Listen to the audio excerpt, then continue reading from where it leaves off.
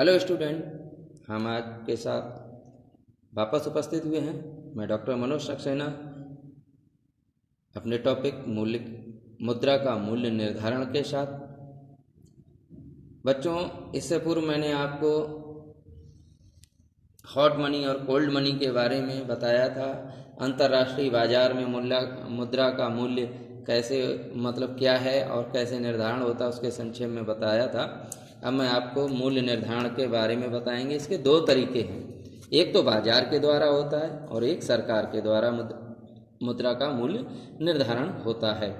बाजार के द्वारा कैसे होता है और सरकार के द्वारा कैसे होता है, उसमें नंबर एक पहले है बाजार के द्वारा, यानी कि बाजार द्वारा अंतर्राष्ट्रीय व्यापार में आपकी मुद्रा की मांग के आधार पर होता है। वो कैसे होता है बच्चों?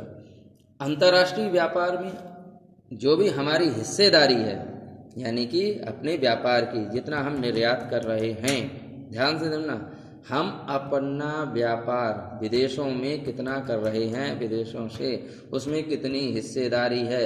उससे हिस्सेदारी अधिक होगी तो हमारी मुद्रा की मांग अधिक होगी। हमारी वस्तुओं की चीज़ों की मांग ज़्यादा है तो हमारी मुद्रा की मांग के आधार पर होगा, यानी कि कीमत उसकी ज़्यादा होगी।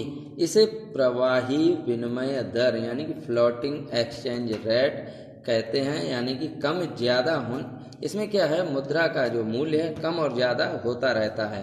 क्यों होता रहता है? कभी किसी चीज़ की डिमांड ज़्यादा है और कभी कम हो जाती है। जैसे गर्म कपड़े हैं, सीजनल चीज़ है ना, इलेक्ट्रिकल्स के आइटम भी हैं, उनकी भी रिक्वायरमेंट अलग अलग तरह। मान लीजिए भारत बना करके भेज रहा है कोई भी चीज़, आज प्रेजेंट के टाइम की बात करें, मेडिसन्स हैं तो कभी किसी मेडिसन की डिमांड ज़्यादा है तो किसी की कम होती है। सीजनल बुखार है, कई चीज़ें एलर्जीज होती हैं सीजनल, तो उन तरीके से। तो कहने के मैंने एक एग्जाम्पल दिया है, तो वो कम और ज़्यादा व्यापार घटता बढ़ता भी रहता है। उस चीज़ की वस्तु की मांग कम और ज़्यादा भी होती रहती है, तो उसके द्वारा भी कम और ज़्यादा होने के ये कारण होते हैं। किसी भी देश की मुद्रा का मूल्य निरपेक्ष यानी कि एब्सोल्यूट अकेले नहीं होता, ठीक है।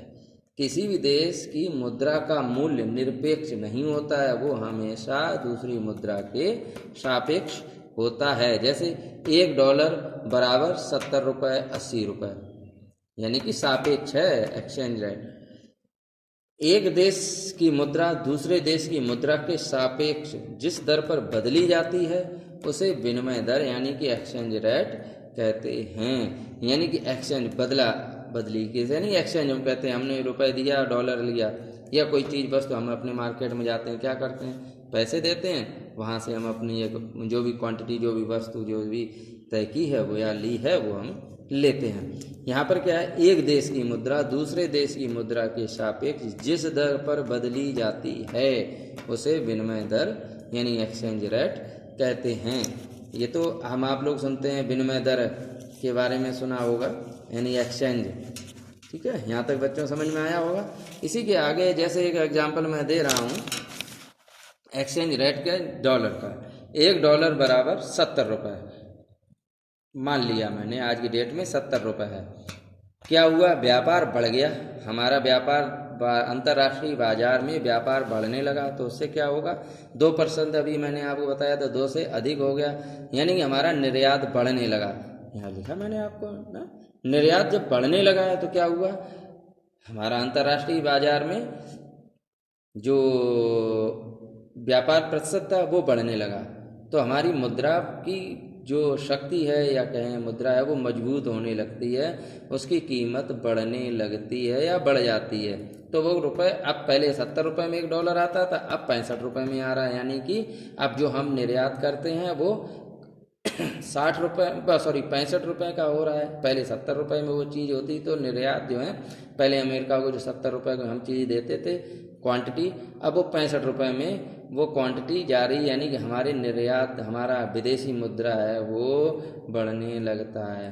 दूसरा आता है निर्यात जब कम हो, ठीक है, जब निर्यात कम हो यानी कि हमारी जो मुद्रा है वो कम होने लगी है, यानी कि 75 रुपये की हो गई है, किसके अकॉर्डिंग टू डॉलर, ठीक है।